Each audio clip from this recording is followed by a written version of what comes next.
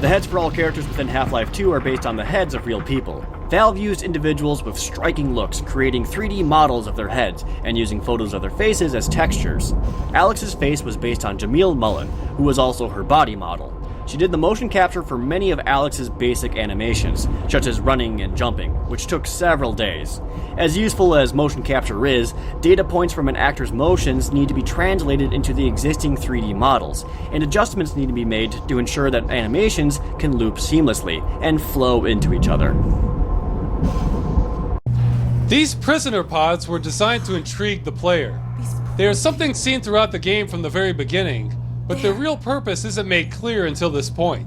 Their design was finely tuned in order to spark curiosity within the player, allowing the player to form theories as to their use, without making the pod's purpose too obvious from the beginning.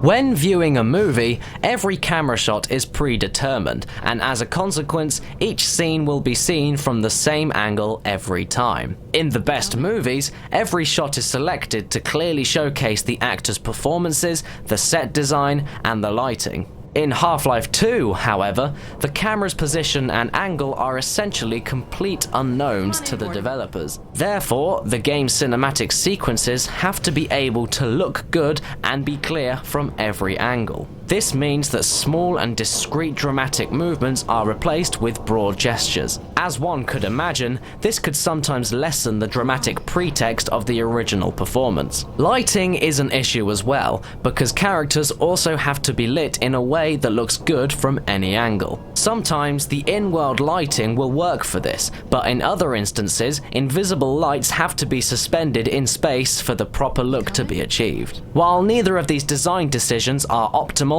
trade-offs often have to be made in order to give complete control to the player at all times. These Combine turret defense battles are a good way to provide a change of pace for the player. As the Half-Life games are almost always about advancing, segments like this provide a different experience, almost like a battle puzzle. Setting up the turrets in the correct locations, locating supplies, and knowing the layout of the area is important. This adds a layer of strategy unique to these segments. Many players don't know that they can carry these reprogrammed turrets from one battle to the next. While carrying the turrets can be cumbersome, the result is quite pleasing, and the sheer firepower can prevent the Combine soldiers from even entering the room during the final standoff.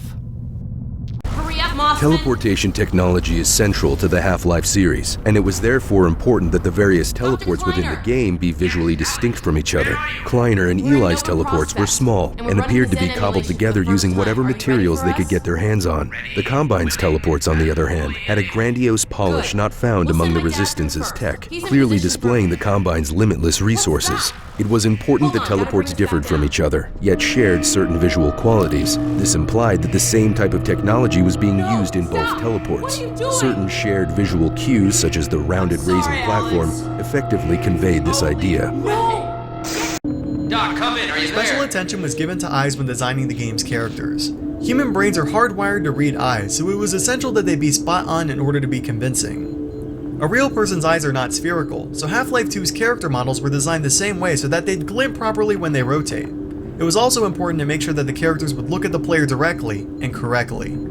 Player reaction to these small details was very positive, making players more at ease and comfortable in the game world. Players said that the characters then seemed kinder, smarter, and more human. A substantial amount of time was devoted to something that may seem superfluous to the development of a first-person action game. However, getting these small details just right had a large payoff.